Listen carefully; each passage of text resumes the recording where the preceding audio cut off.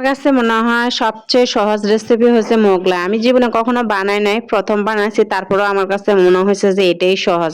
আসসালামু আলাইকুম, সবাই কেমন আছেন? আমি ভালো আছি, আপনারা কেমন আছেন একটু জানাবেন।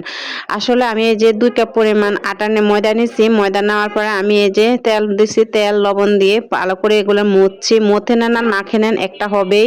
তারপরে যে আমি আস্তে আস্তে পানি দিছি, পানি দেওয়ার পরে আবারও ভালো করে এগুলারে মথতেছি। আসলে মথা আর মাখে একই, আমি মাখতেছি। মাখার পরে এই যে ভালো করে মাখবেন, হাতে লাগিয়ে যাবো, তারপরেও ভালো করে মাখবেন। মাখার পরে এই যে এগুলারে রেস্ট দিবেন, 20-30 মিনিটের মতন রেস্ট দিবেন ময়দা মাখার পরে। তারপর আমি এই যে ভিতরে ডোটা রেডি করতেছি। কাঁচামরিচ, পেঁয়াজ, তারপরে 2টা ডিম দিছি। আপনারা সাইডে 2টা 3টা সাইডটা 5টা যা দিতে পারেন, আপনাদের ইচ্ছা মতন দিবেন, ঝাল আপনাদের মনের মতন দিবেন। এই যে এগুলা দেওয়ার পরে আমি এই যে ম্যাজিক মশলা দিচ্ছি। আসলে মোগলাইয়ের মেইনই হচ্ছে ম্যাজিক মশলা। তারপরে এই যে রেস্টে নেওয়ার পরে দেখেন আটাটা কত সফট হয়েছে, একদম তুলার মতো হয়েছে। তারপরে এই যে একটা বড় করে একটা আটা নিয়ে নেবেন, ময়দা নিয়ে নেবেন। নেওয়ার পরে এই যে ভালো করে বেলবেন, বড় করে একবারে রুটির মতন করে বেলবেন। আসলে আমার কাছে পাড়ার মধ্যে রুটি বেলতে অনেক ভালো লাগে, আপনারা মানে বানাই দেখবেন, অনেক ভালো।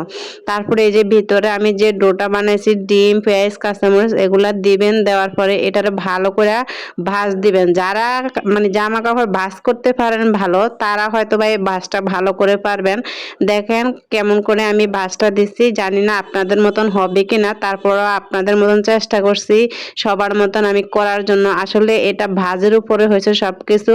তারপরে এই যে তেলের মধ্যে দিবেন, হালকা কুসুম গরম তেলের মধ্যে এটা ছাইড়া দিবেন। ছাইড়া দেওয়ার পরে উপরে থেকে তেল মানে খুন্তি দিয়ে তেল দিবেন উপরে থেকে। তারপরে এই যে দেখেন আস্তে আস্তে এটা চুলে একদম ডিম করে ভাজতে হবে।